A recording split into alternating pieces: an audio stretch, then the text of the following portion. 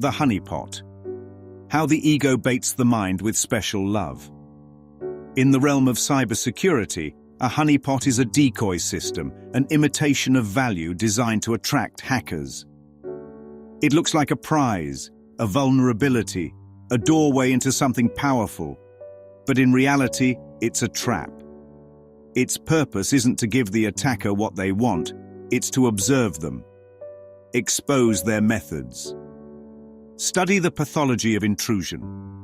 Now take that concept and apply it to the ego's prized invention, the special relationship.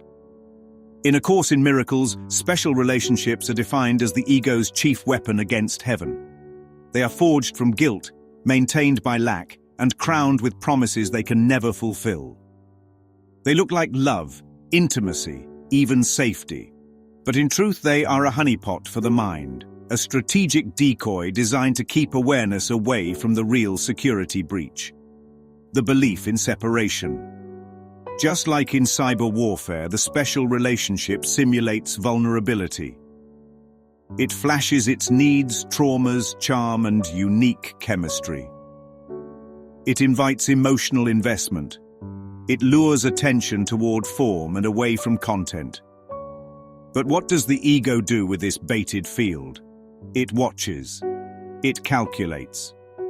It builds a feedback loop of projection, control, seduction, guilt, and disappointment, then packages the entire process as love. But love it is not. The Course tells us, only the deprived could value specialness. This is the source code of the trap. A mind that believes itself abandoned by God creates an illusion of reunion through the body. The special relationship becomes an altar to deprivation, constructed not to heal it, but to preserve it. And the more attention poured into it, the deeper the guilt script runs. This is not about the person. This is about the firewall they represent. In a honeypot, the attacker is fooled into thinking they're getting access to something real. But the real system, the core network, is elsewhere. So too in the special relationship. The ego fools the mind into thinking it's found wholeness through another, while true salvation remains untouched and unrecognized in the holy instant. The special relationship is not just misguided.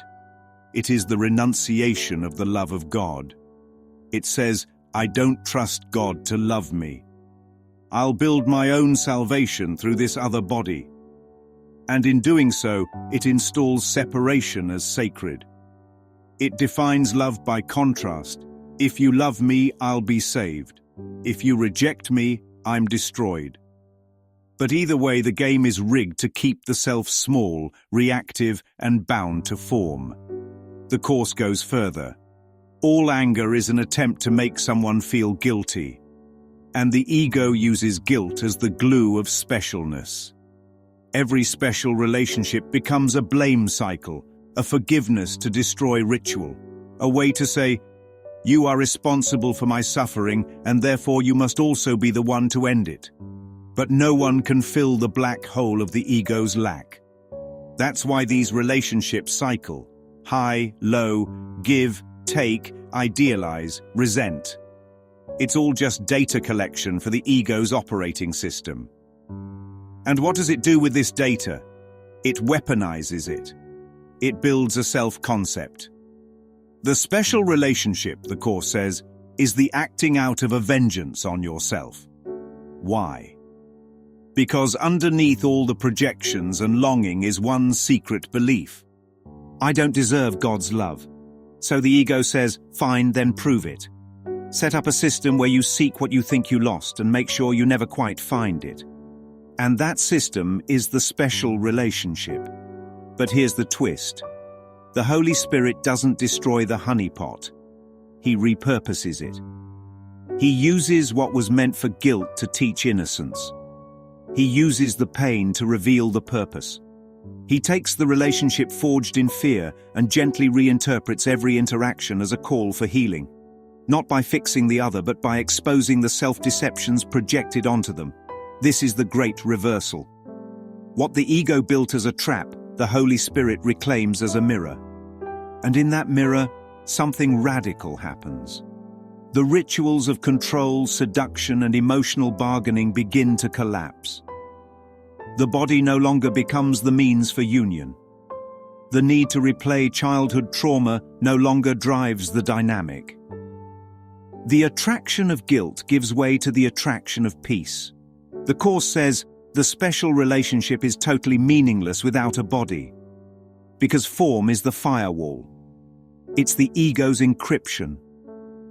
And when form no longer holds value, content returns. Spirit reclaims the connection. And the relationship, if surrendered, becomes holy. But let's not sugarcoat it. The ego will scream. It will tell the mind it's losing love, losing security, losing identity. It will demand proof that healing is possible without emotional codependency.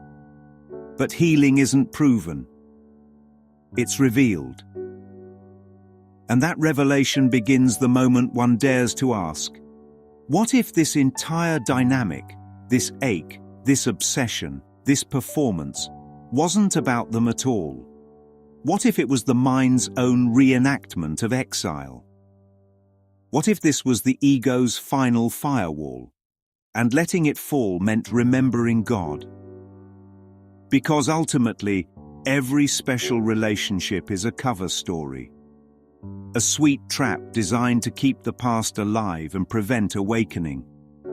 And every grievance, every longing, every if only they, is just another access attempt on a honeypot that was never real. But the Course ends the game. It says, love has entered your special relationship and entered fully at your weak request. That's all it takes. A willingness. A little crack in the firewall. And suddenly, the network reroutes. The Holy Spirit enters the simulation, not to delete it, but to reinterpret it. Not to remove the person, but to remove the guilt. And what was once a trap becomes a portal. A honeypot turned holy, a mirror turned altar, a special love turned sacred function in the plan of forgiveness. The ego never saw it coming.